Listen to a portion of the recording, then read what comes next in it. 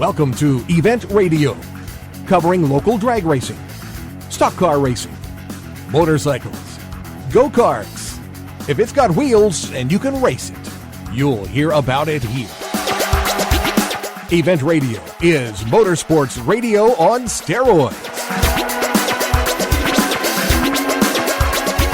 Now, let's join your hosts, Spivvy Williams and Terrible T Guy.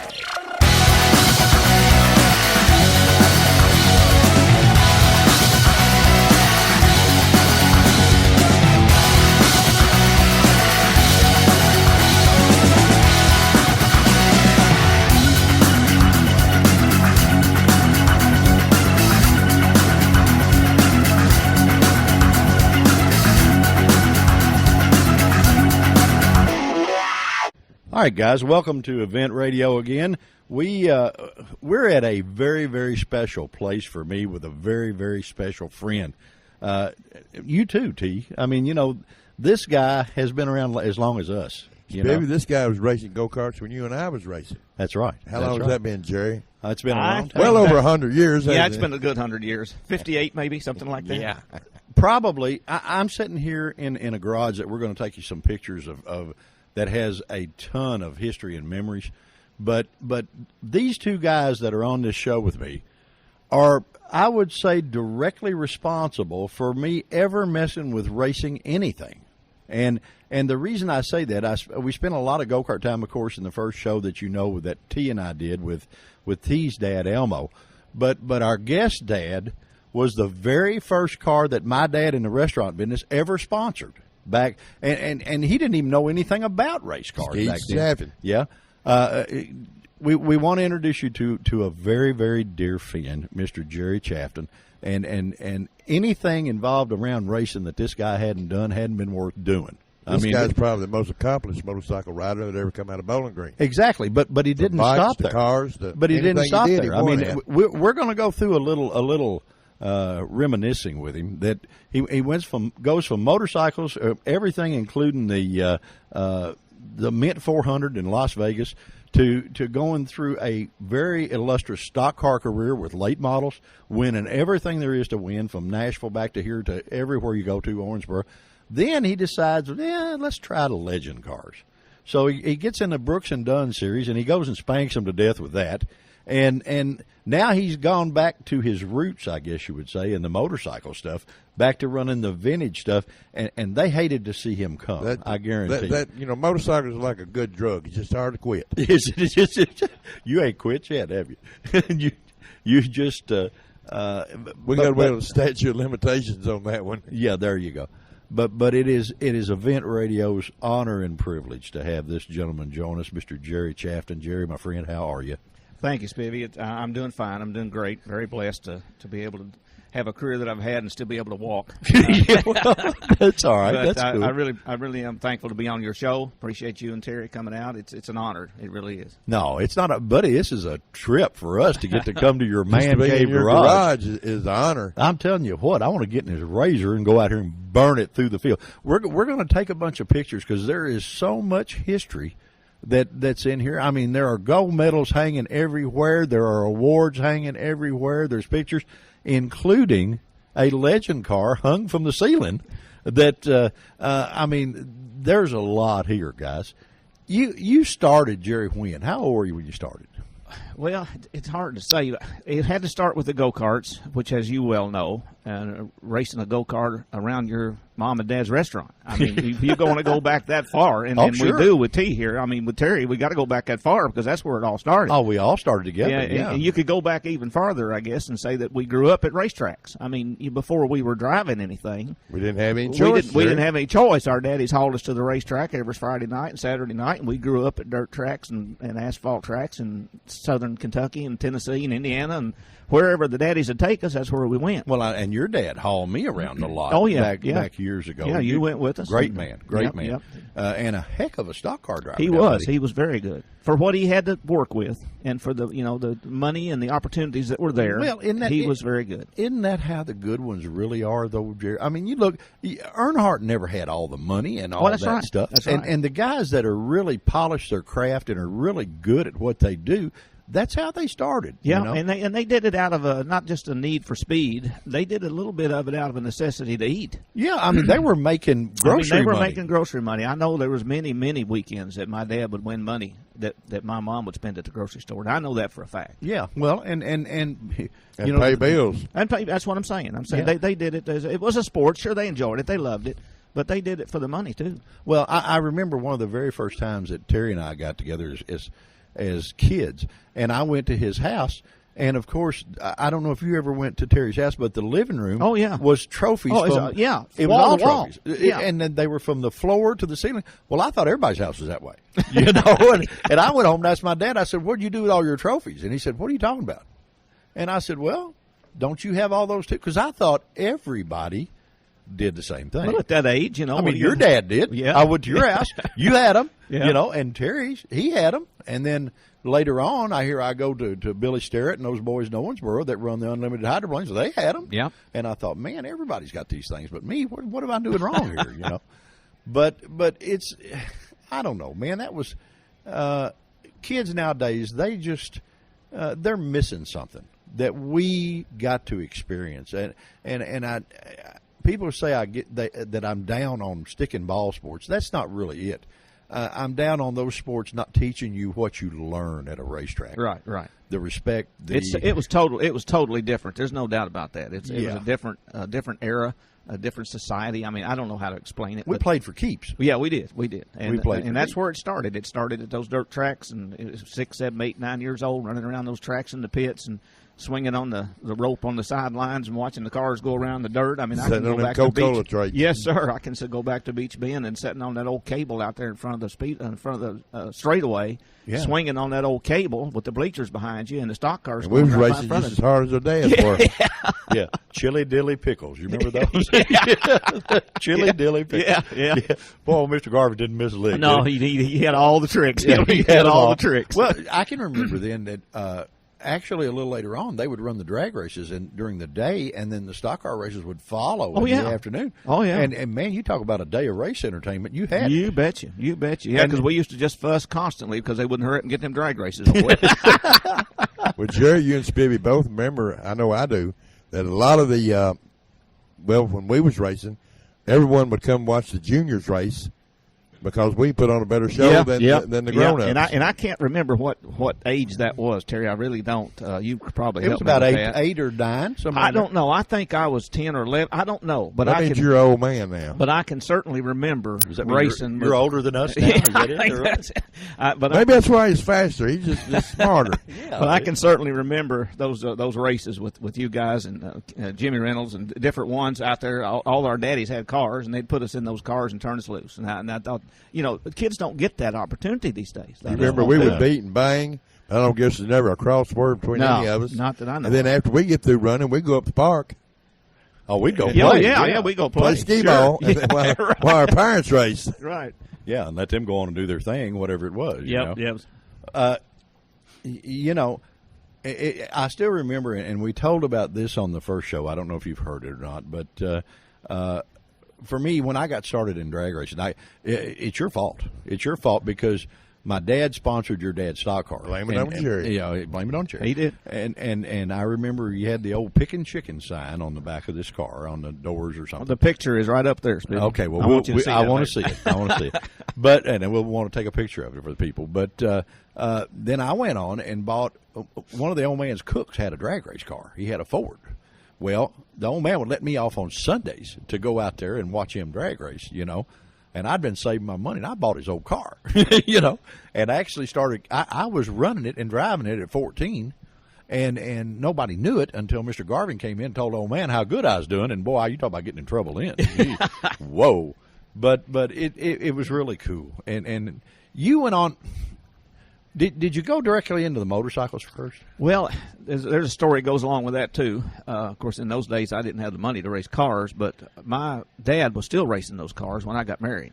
Okay. He was figure eight racing at that time. Oh, yeah, I remember that. Remember Yeah. that at Beach Meet. Yeah. And my new wife, my brand new wife and I was out there, and I was pitting, crewing for my dad and that sort of thing. And just to tell you this story, how well I remember this story, I was wearing some white Levi's and a white T-shirt. and Dad gets hit in the middle of that figure 8 cross. I mean, gets hit hard. Uh-huh. By the time Charlie and them got him out and put him in Charlie's ambulance, which was a station wagon, he didn't have an ambulance. Oh, I you remember that? Yeah, Charlie sure. didn't have an The ambulance. pickup truck he used to have. He had a pickup truck, but he also had a station wagon. Yeah. Well, they got my dad in, and I got my dad into that station wagon. And by the time I did, my white Levi's and my white T-shirt was red. Yeah, I mean, we yeah. was a bloody mess. Yeah. Well, we got Dad to the hospital, and here come my mom and my new wife. Oh, that went over That well. went over, yeah. Well, my wife said, "You're not having anything to do with stock cars." Oh, yeah. Right off the bat. Yeah, go do something safe like race motorcycles, right? So that's exactly how the story happened. Of course, we didn't have the money to race stock cars anyway, but that was beside the point. She said no stock cars. So shortly after that, we moved to California and was trying to make a living. We was just trying to stay alive. And I decided I'd race motorcycles. Well, that was okay with her, as long as it wasn't no dang stock car. Figure 8 special. Yeah, I figured. So Yeah, you fall off at 100, right. it's not a Right, problem. not Yeah. a problem. Yeah. So I raced motorcycles in California and desert racing mostly, probably 4 or 5 events. I don't remember. The most memorable event in that era was the big hare and hound race that they used to film On Any Sunday. Are you familiar with that movie? Very much, yes. Well, you remember the where they're showing that race line up, and the helicopter goes down this long line of motorcycles. I mean, it looks like there's 1,000 motorcycles in it. Well, I was in that line. Okay, all right. So, And- so we got a movie star here. Well, too. yeah, I was right there. I was right there with them. But that's what I did when I couldn't afford the cars. Was I was just racing a motorcycle that I also drove to work every day. So it was one of those times, where you buy an old Yamaha or a Honda or something, and you take the fenders off of it and you go racing in the desert. I think now I remember your motorcycles. You were racing a CZ at the time. Well, that right? was after this. This was Yeah. when I was still in California. But yeah, when I came after moving back to Kentucky and still married, thank goodness, and started racing. Went into business for myself and had enough money to start racing again. Then I went back into motorcycles, and yeah, I started with a little Yamaha, little one of those little DT. Yeah, DT1. One, yeah. They made them in all different sizes. Yeah. And I raced that for a little while, and then I became a CZ dealer. I wanted a really bad motorcycle, so I bought that CZ dealership and started racing an open class 360 CZ, which was like And they were fast. it was like driving a rocket. Yeah, That's kind of yeah, what it was like riding a There's rocket. still rockets in the vintage races. Oh, I'm they sure are. They're very, very fast. And so yeah, your memory's right, baby. I raced CZs for a All right, season. now you were a professional pilot for a long time, though, right? I was. I was a pilot. I won't say a professional pilot, but I was a We pilot. got paid to do it. Well, no, I was a pilot. Put it that way. And I even raced that airplane. Did you There's really? a trophy right there. Yeah, I thought so. I Yeah. thought I was saying that. Yeah, you know? I tried my hand at that, and it was a lot of fun. I enjoyed it because it wasn't on wheels, but it wasn't like And racing figure a car. 8 is dangerous, and you race an airplane. I love this story, Chris. Right? Jerry's lovely wife. How she's put up with him all these years, I'll never know. Good lady. But listen, we want you safe. Don't get in a stock car. Get in a motorcycle and an airplane. Right. You know? Yeah, right. But thank goodness they didn't have any rockets back Yeah, then. You'd have to right. tried one of those. Probably would. Yeah. I bet she's got a good insurance policy on you, Jerry. No, I think she's got him figured out by now after all these years. So she's She has. She's yeah, got it. she's She's got got you it figured out for sure. But yeah, we did the airplane thing for several years there, and I only raced it once, but we did fly airplanes a lot and got But you out. kinda got chartered out of it racing. some, didn't I you? did. I did a little charter work. Yeah. Yeah, I thought you did. And we got out of that, and then got bored because I wasn't racing, basically, So I don't remember what the next step was. Well, it stayed in the motorcycles for a while. I did. When I came back and raced that CZ, raced that for, 1 or 2 or 3 years, I guess, and then raced some Hondas and different stuff, just like T. You ride everything somebody will put in front of you. It don't matter what it is, you'll ride it. And then the Penton came along. Yeah. Remember when the Honda Hut had the Penton, and Pentons were new, and everybody said, "Oh, you got to ride one of these, Jerry. You got to ride one of these." And sure enough, I did, and I liked it, and started riding Pentons. And then from there Everybody on, that rode those bikes. oh liked yeah, it. everybody liked the Pentons. And from there on, Is that not? Isn't Penton now pretty much what? Isn't it KTM? oh yeah, it is KTM. Basically, yes. Isn't it the Yeah. same thing? Yeah, there's quite a story goes with that. And there's also a movie coming out on John Penton. Oh, I didn't know that. Yeah, didn't know that. Yeah, Jack is putting it together, and they're doing some of the work on it Oh, that's now. great. That's great. That's great because John and Jack were both up. Well, John was up at Ohio when you and I were Right, up there, right. and then I ran into John again at the Ohio. They have a couple of races up there that are tributes to some of the old vintage riders, the old riders of the day, and I went to a couple of those races, and John was always there. A lot of fun. But no, I didn't know they was making a movie. That'll be good. That'll be great. really good because there's a lot of history there. But Jerry, all the racing you've done, from airplanes to bikes to cars, and probably some I forgot about, what did really give you the most rush? Or the most, when you done good, the most self-confidence or satisfaction, I guess. Satisfaction, yeah. Oh, that's a tough one, man. Haven't found it yet. That's really tough. I don't know if you ever find it. No, you're always looking. I guess that's why you never give up racing. But all right, I tell you what, hold it. Just think about that for just a second, guys. We got to take a quick break, and we'll be right back. Let's face it, when it comes to our vehicles, we all want more these days. More quality, more service, and more choices. So who's delivering more? It's gotta be Final Finish, South Central Kentucky's premier body shop. But Final Finish is different. Sure, they'll work with your insurance company, including AAA, to repair your ride after an accident. But their indoor facilities also accommodate semi-trucks and school buses. And they offer Rhino linings and powder coating. Visit them on Gardner Lane in Morgantown and online at finalfinishusa.com. Final Finish, more than just a body shop. You know, Final Finish really is more than just a body shop. They restored my ultra-cool vintage glider with sandblasting and powder coating. Powder coating looks like paint but acts like armor. They can sandblast and paint or powder coat virtually anything, from classic car parts to patio furniture and porch railings. Final Finish, more than just a body shop, on Gardner Lane in Morgantown. Quick Fuel Technology, the innovators in fuel systems, introduces the latest in high-temperature coating technology for select street and performance carburetors. QFT's new Black Diamond series features a unique satin black Teflon coating that provides award-winning good looks and lasting durability. The Black Diamond series is impact-resistant, repels all underhood chemicals, and reduces fuel temperature by 6% for improved performance. The Black Diamond series by Quick Fuel, the ultimate in form and function. Christmas is coming, and the race to find the perfect gift is on. What if your gift could make them smile, giggle, scream with delight, and create memories to last a lifetime over and over again? Give them a season pass to Beach Bend Park and Splash Lagoon, and share a summer full of family fun. Season passes to Beach Bend Park and Splash Lagoon are on sale now for the lowest price of the year and are easy to purchase. Just pick up the phone and dial 781-7634 or go online at beachbend.com. Your season pass gives you almost 100 days of unlimited access to all the great amusement, wet and wild fun in Splash Lagoon, miniature golf at Gold Rush Golf, and live entertainment every time you visit. Give them a summer they'll never forget. Season passes are just $99.99 each, now through December 31st. We'll send you a pass certificate and 2 vouchers to bring a friend for half price anytime you want. Get your Christmas shopping all wrapped up with season passes to Beach Bend Park and Splash Lagoon. Beach Bend Park!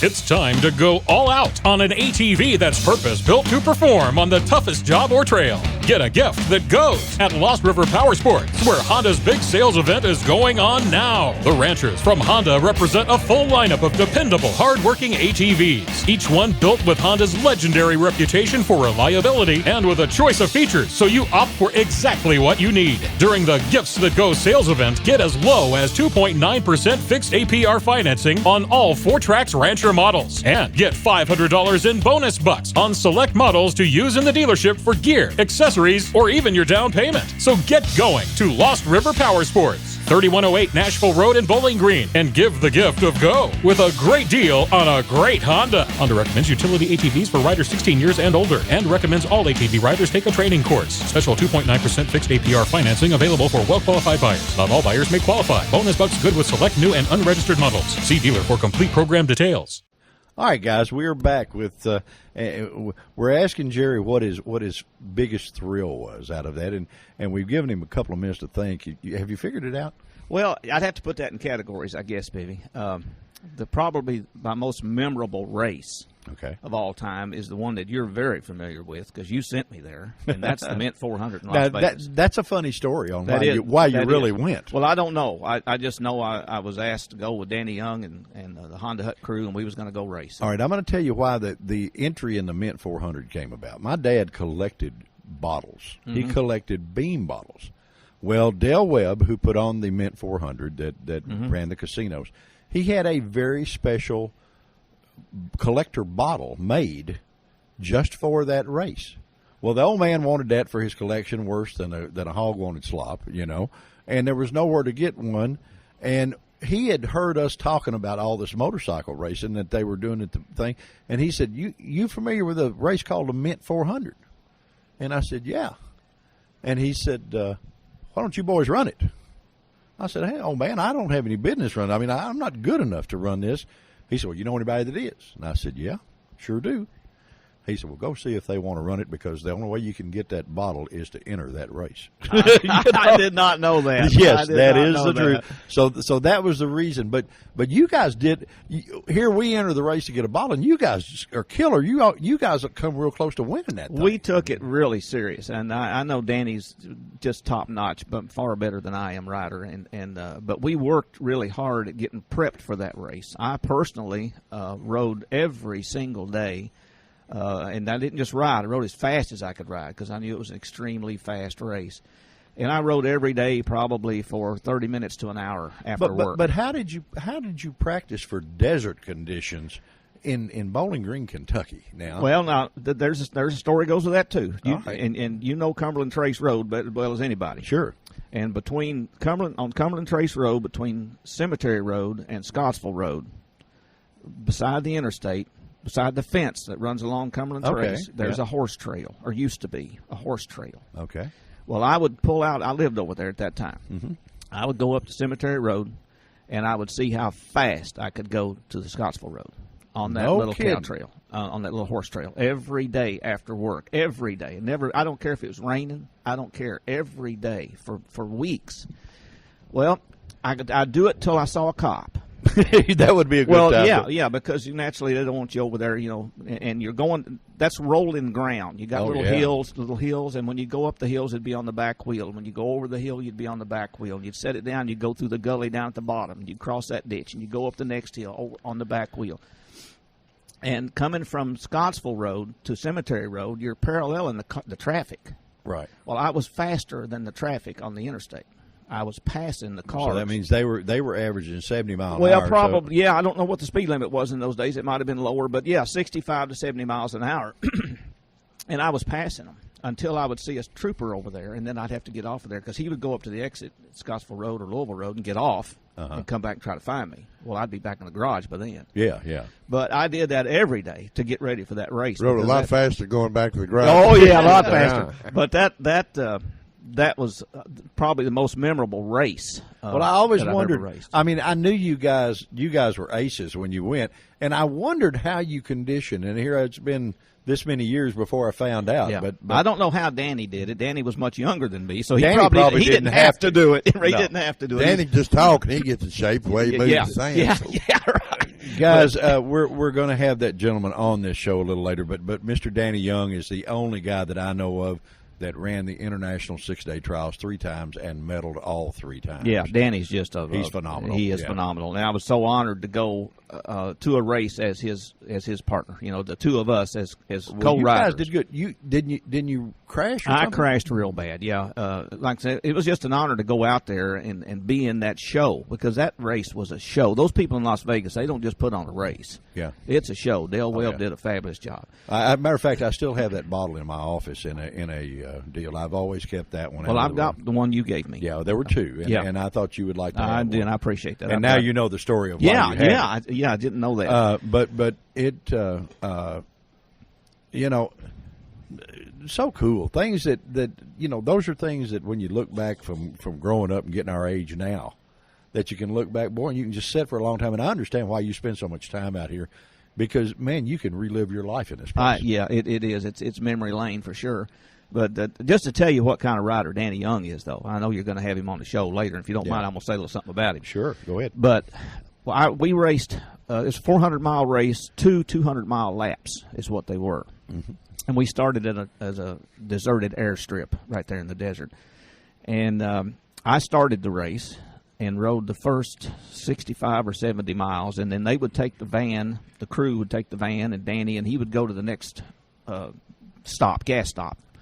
Well, there we would fill up the tank, oil the chain, do whatever you got to do, and then Danny got on, and he'd ride the next 60 or 70 or 80, whatever the leg was. And then I'd jump in the van, go to the next gas stop, and do it again. Right.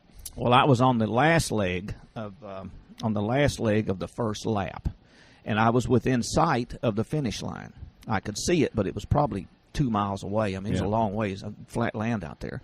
And I come underneath the interstate through a drainage tunnel, and I turned down alongside of an abandoned railroad track. And up on this railroad track was a whole bunch of cars and trucks and dune buggies, people watching the race. Yeah. And you're just going as fast as that motorcycle will possibly take you. And I got into a section of hoop-de-doos, and I lost it at probably 60, 70 miles. I don't remember. Wide open, I'm not wide open. We had that thing geared for 130 miles an hour, but we was probably running 70, something like that, maybe 80. And I hit those hoop-de-doos and lost it. So I crashed right there, and a guy in a truck come down there to get me. And he says, "You want me to throw you in the truck and take you up there?" I said, "No, you do that, and we're disqualified." I said, "Get me on this motorcycle somehow." Yeah. Well, I had tore my shoulder apart. I didn't have any control in my right arm. So he got the bike started, got it straightened it all up, got it started, set me on it, and put my hand on the throttle to where I didn't have to move it, but I had enough speed to get me going. And I shifted through the gears and rode it the next mile or two, whatever that was, to the finish line.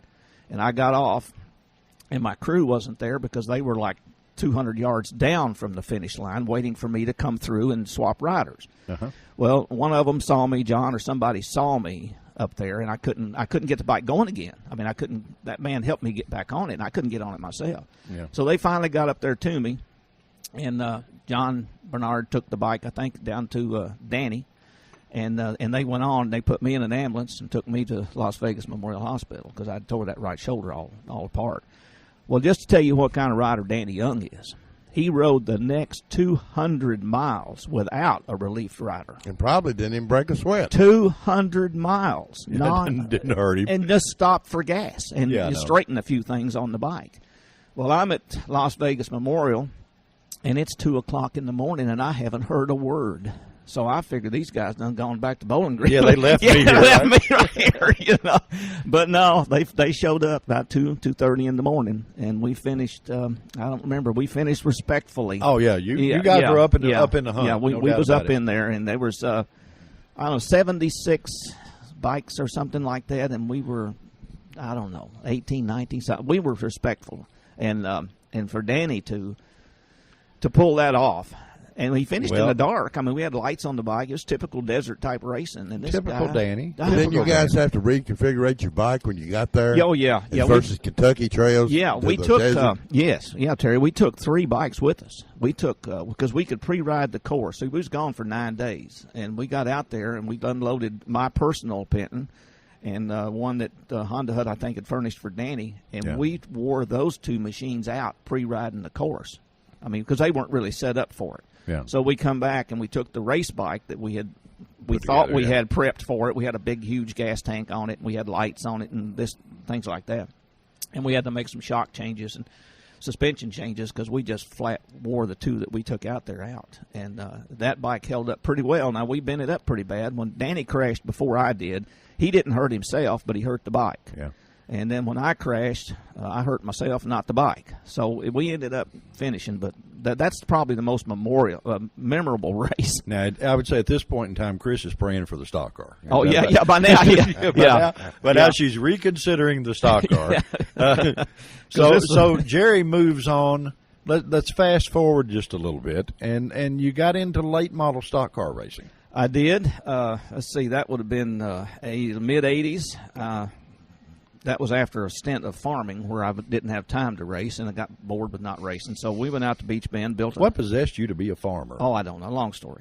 So we a different radio show again. Okay, all right, another radio show. So I knew you weren't growing marijuana. Or no. We was big time farming, I guess you could say, but didn't have time to race. But I got real tired of not racing. I got you.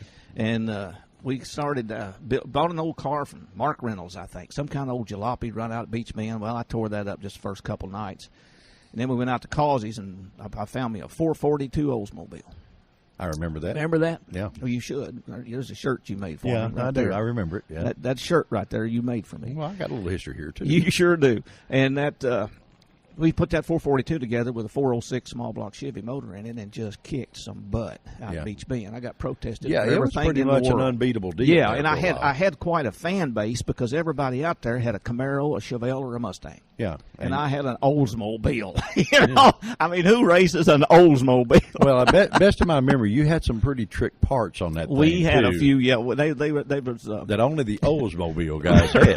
That's what. and it was a lot of fun. I got protested about every week. In fact, I had to take the number off the door because it had 3 numbers on the door, and that was in the rule book that you couldn't have but 2 numbers. Now they protested me for my number on the door. Well, they were looking for something, buddy, you know. If you can't beat them one way, you got to try everything you got. So you know? after a couple of seasons of that, I decided to go to the late model class, and I went down to Birmingham, Alabama, and I bought a car built by Jones. What was his name? It's Jones, big car builder down there. Built a lot of stock cars for the big guys. In fact, he built Bobby Hamilton's cars when Bobby was racing Nashville and winning Nashville. Bobby Ray Jones. Okay. Bobby Ray Jones built this car, and I bought it there in Huntsville at a show without an engine. So we brought that car home and put a go fast engine in. I bought it in Cincinnati. A little bit illegal, but it was a good engine. And surely not. Yeah, took that out to Beach Bend. Well, you're not cheating unless you get caught. Right. You ain't winning, you ain't cheating.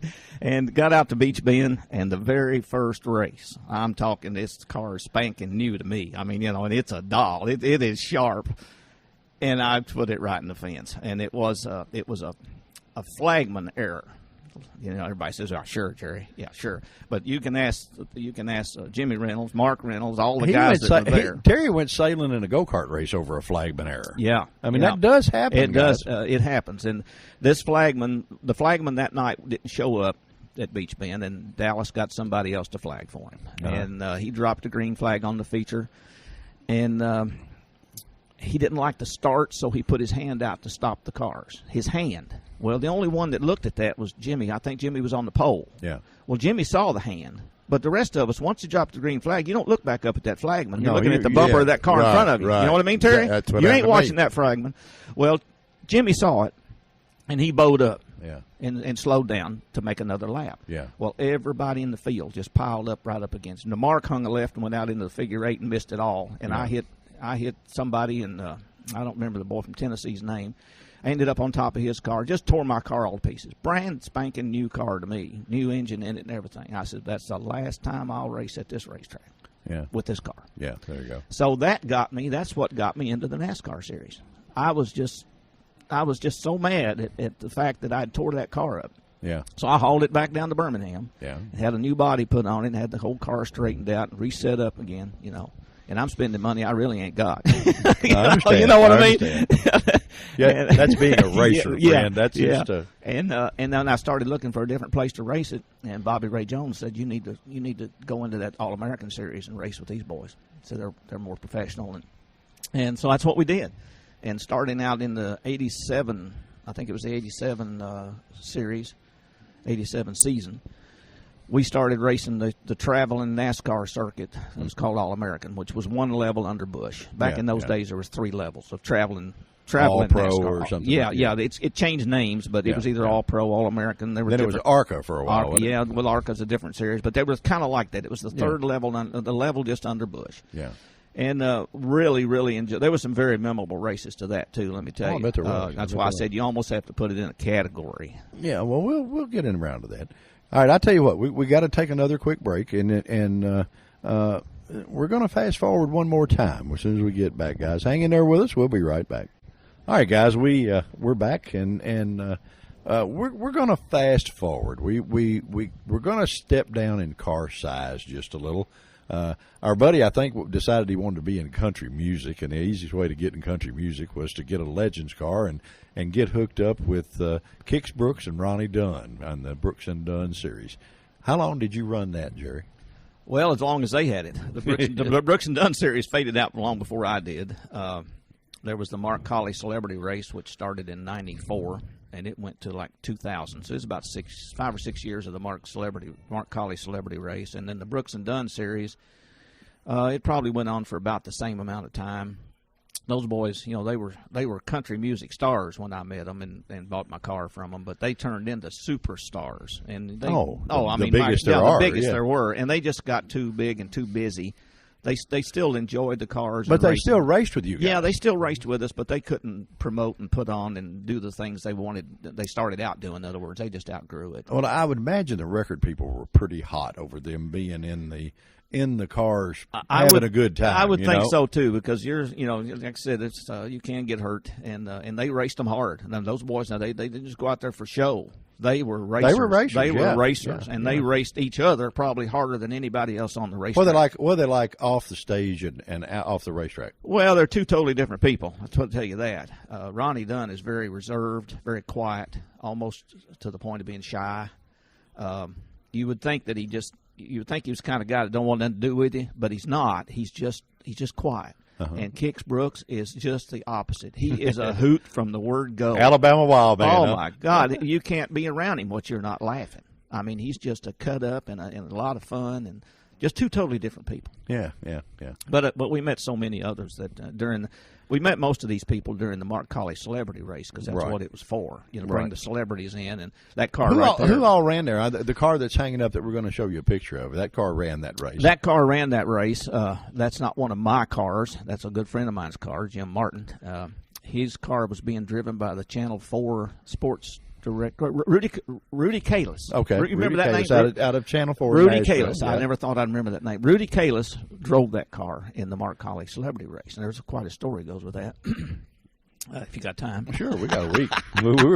Hey, we're in heaven here with all this cool stuff, man. Just go right on. Well, we had to furnish the cars for these celebrities, and we not only had country music stars. We had Rudy Kalis, Channel 4 sports director. We had Red Farmer. We had we had NASCAR people. We had a lot of celebrities, but they weren't all country music celebrities. Right.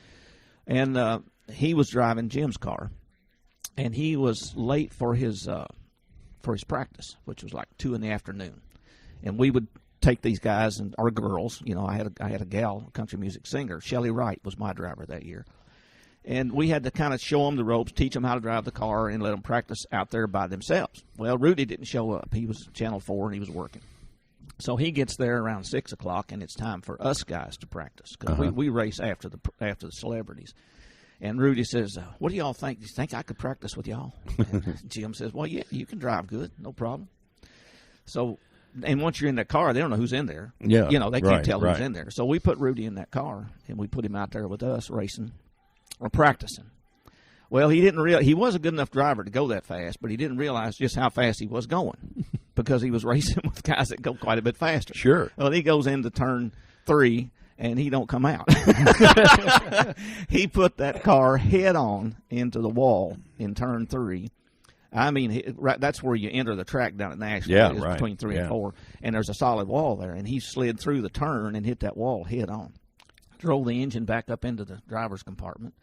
His helmet and his glasses fell down on his face and cut his forehead, and blood was running all over the place. And he just demolished that car.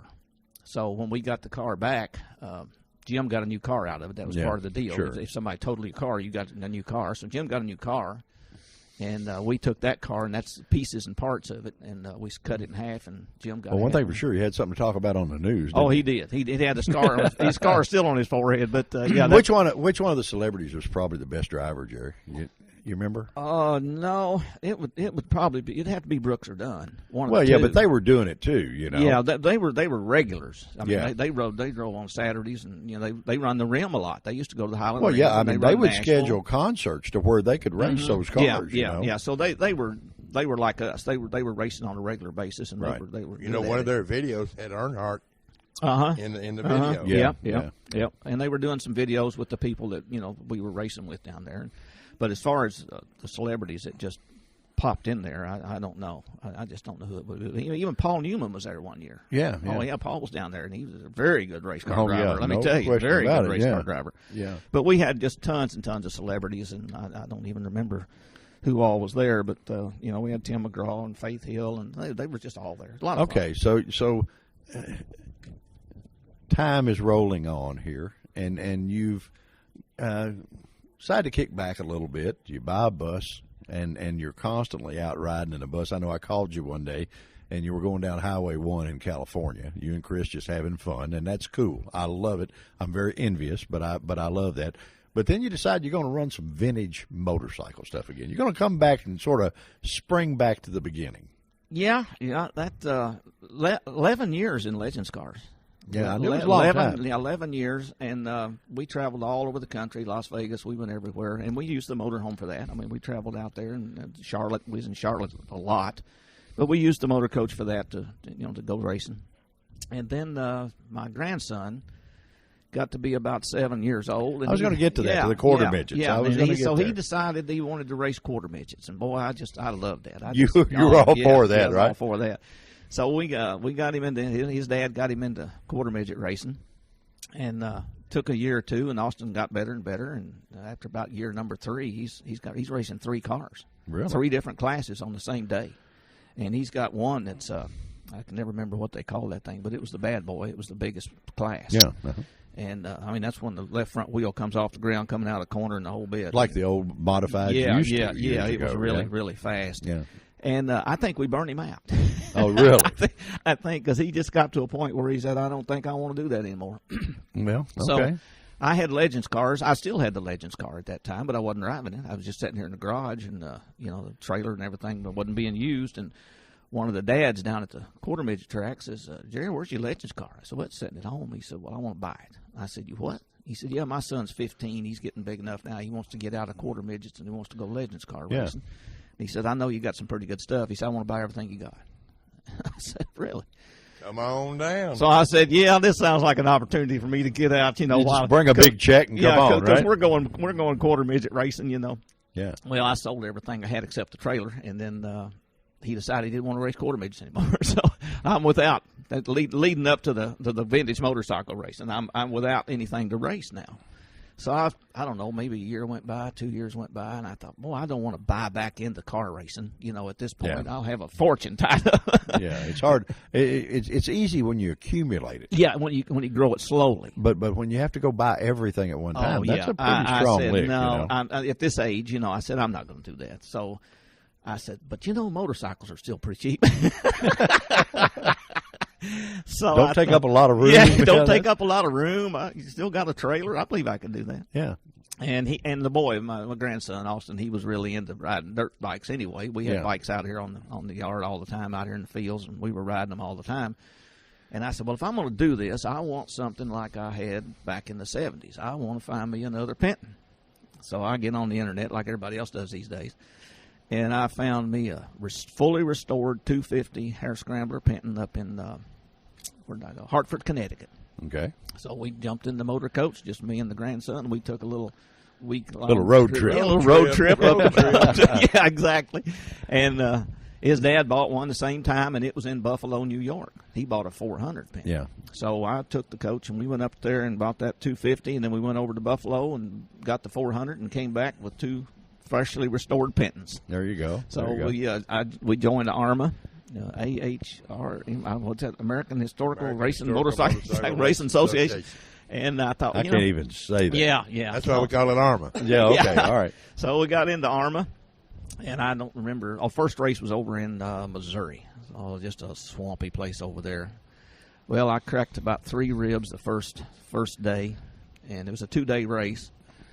Oh, boy, ain't this fun. Some pain. Yeah, I thought, what am I doing this for? So we did that number, and then we went to a couple more races and went to Ohio. I'd never been to Mid-Ohio before. I thought, I've heard Terry and them guys talk about Mid-Ohio, and I've heard all this about me. I've never been there. Well, it wasn't working out where I could take somebody with me, so I just jumped in the motor coach and took the motorcycle. I went to Mid-Ohio. Yeah. I get up there, and I park in this big parking lot. Run across this guy named Gary Hicks. I said, Gary, what are you doing up here? He said, I'm come here to ride the motocross. He said, T's over in the parking lot. I said, Terry Guy is over there in the parking. He said, y'all got to drive 3,000 miles. No, Terry ain't. He said, yeah, he come with me. I said, well, I won't tell you what I said. But Terry and Gary was up there, and we had a big time. With Gary, you didn't have time to say much. Right. Went to the flat track we that did. night at Ashland City. Went over the flat tracks, and Terry was the designated driver, and that was another first. Boy, I tell you that what. was a first. You guys were in People are trouble. still talking about You're that. still Jerry. talking about Terry being the designated driver. I'm with him all the time, and I can't imagine that. I scared to death the whole time. No, we had a. But Jerry walked out cool out of that multi-million-dollar beautiful motorhome. He just got the #1 plate for the cross country, right? Yeah. And had a martini. I mean, how cool was that? You know, and I can imagine coming out. Guys, this is a bus. This is not a motorhome. This is a bus. And Gary comes over there with mud from head to toe and says, "Can I take a shower?" Yeah. I said, "Yeah, help yourself, buddy." Yeah, right. Chris is not along. No, for she's this not ride. there for the ride. Yes, she's she- not along for this ride. And Well, she's praying for the stock car now. So that's So You that know, one of the neatest things about the whole thing, Jerry, is after hadn't seen you for years and years, it's been a long time. a long time, you still had that buckskin hat that you always wore. I took that on purpose. Yeah, well, it served the purpose. I mean, that brought back a bunch of large, it did. good memories. I wore that thing to many a motorcycle race. And went on to race several more of those events. I don't know. I raced those for a year and a half, I think, and then I fell off. And kind of like I pulled a Terry and fell off. I was down we was in Florida for the winter, of course. We do that every winter.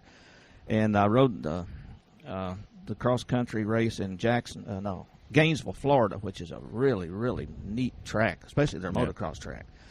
And Gator Nationals or something like that. And then I told my wife, I said, on the way home, let's go by Texas. Like that's on the way home from Florida to Kentucky. well, it's just sort of sort of out. Was that Diamond Don's? Diamond Don's. Diamond Don. go up and turn left, right? Diamond Don's. So we went to Diamond Don's, and boy, that is some kind of Vince, baby. Really? That's an East Coast West Coast type meeting of the baddest of the bad. I mean, they were, and it was a big deal. He really knows how to put on and promote a race. But we got over in Texas and rode the cross country on Friday, and I won that. And then I guess I was just feeling good. But he had a really good motocross track. Beautiful motocross track. I mean, just make you want to ride it, Yeah. And I said, I don't need to be doing that motocross stuff, but I'm going to. I said, that's a pretty race You're track. already here? Yeah, I'm already here, I'm already here. I got to try it. And boy, that was a bad crash. So it took me about 2 weeks to recuperate enough to even get home. I made it to Little Rock. Was that the first last week. one? That was the last one. That was the retirement. So let's talk Jerry Chafton today. What I know you got to be thinking about something. Now Terry has satisfied the ill. I think he went and bought a shifter cart. Mm-hmm. I heard 130 mile an hour, heard inch that. off the ground, and they're pretty bad. I've Jerry, been it's to the most fun. You'll have your clothes on. Yeah, I've been to a lot of races, and starting with your dad hauling me around back all these years ago. We went and did I went to Terry with him to the Music City Grand Prix in Nashville. Undoubtedly, probably the coolest race I've been to in 100 years. Yeah. Inch apart at 120 mile an hour. Yeah. And these guys ain't forgot nothing, And it's really cool, and they don't have to work on them. They bring them back, and they sit and drink tea, and they talk about it, which is old guys racing, That's Jerry, it's a fun. lot like the vintage. If you got a problem, everybody is there to help you. Yeah. I noticed that in the vintage racing. Everybody was just So that might be an friendly. out for you, my friend. Well, it might be as long as it's got four wheels. It's got four wheels. Yeah, I'm not going to get back to racing two wheels again. Can you get that through with Chris? Do you think she never ever has told me I can't do something. She'll say, that's not a real good idea, or I'd rather you didn't. But even when I went back to racing the motorcycle, she said, I'm not going to tell you not to do it because you're going to do what you want to do. Yeah, and yeah. I'll support you. Yeah. And she's always done that. She's always been that way. She's always nice been lady. supportive. You did good. That's probably. Oh, I did real good. That's probably the best race you ever won. Oh yeah, no doubt about that. Yeah. She's a keeper, that's for Yeah. sure. And but she will never say no, you can't do it. And as far as what I'm looking at, we're driving these things right now. These Yeah, so you got razors now, and I guarantee you it's got to have every aftermarket part known to man on it. They'll be good ones. That's what I thought. They'll be good ones. They don't have a number on the door yet, so Well, you just hadn't figured out a place to put it. Right. But 44. yeah, we know what the number will be. Yep. Well, guys, I sort of hate for this one to end. This has been such a cool show, and it's fun, and Especially when you do it with good old friends. yeah, when you get to this is not work for us at all, man. This is just a blast to get to to get to come out to Jerry's man cave and sit around and see all of these memories. Man cave, heck, it's a man castle. Yeah, man castle. We have man caves. He's got a man castle, but it's cool, Jerry, my friend. It had to be fun for you to live because it's been fun for us to hear about it. Well, thank you. I really, really appreciate that. It's an honor. Well, we're on the honor side because we've been fortunate to have a lot of neat people on this show. None any neater than you, my friend. The experiences are just awesome. I know the listeners will love it. When they listen to this show, and. By the way, if Howard Stern calls, we want money. I'll put a plug in for you. Put a plug in. Just give us money. But we're gonna get out. T-Bone, what do you think? Well, I think it's good that we're all healthy enough to sit around and talk about it. In such a scenario, the older I get, the faster I was. That's right. You tend to polish a few of the details every once in a while. Well, but just be around old friends and just tell lies and bull crap, and not saying there's lies, but it's just a big time. It's just I think it's an honor to be sitting here with Jerry, you. Well, we're still healthy. Hey, that's the big thing. And we actually, we said in the beginning of the show, I feel sorry for some of the young kids because we lived right at the right time, doing the right stuff, and made memories. I'm sure they'll make memories too, but they can't hold our shorts. I don't think so. I don't. It's just a different world. It's a different world. Different world. Jerry, my friend, thank you so much for being on Event Radio. We have had a blast, and there's no telling, T, what we're going to get into next, but I'm sure we'll come up with something. It'll be hard to beat this one, It'll be hard to beat this one. Thank you, guys. Guys, we appreciate it. We're going to get out of here and hit the dusty trail. Our buddy, Mr. Jerry Chafton, don't get no better than that, and we really appreciate him taking the time to be with us. Thank you, Jerry. Thank you so much for listening, and we will see you again. Say bye. Let's face it, when it comes to our vehicles, we all want more these days. More quality, more service, and more choices. So who's delivering more? It's gotta be Final Finish, South Central Kentucky's premier body shop. But Final Finish is different. Sure, they'll work with your insurance company, including AAA, to repair your ride after an accident. But their indoor facilities also accommodate semi-trucks and school buses. And they offer Rhino linings and powder coating. Visit them on Gardner Lane in Morgantown and online at finalfinishusa.com. Final Finish, more than just a body shop. Final Finish really is more than just a body shop. They restored my ultra-cool vintage glider with sandblasting and powder coating. Powder coating looks like paint but acts like armor. They can sandblast and paint or powder coat virtually anything, from classic car parts to patio furniture and porch railings. Final Finish, more than just a body shop, on Gardner Lane in Morgantown. Quick Fuel Technology, the innovators in fuel systems, introduces the latest in high-temperature coating technology for select street and performance carburetors. QFT's new Black Diamond series features a unique satin black Teflon coating that provides award-winning good looks and lasting durability. The Black Diamond series is impact-resistant, repels all underhood chemicals, and reduces fuel temperature by 6% for improved performance. The Black Diamond series by Quick Fuel, the ultimate in form and function.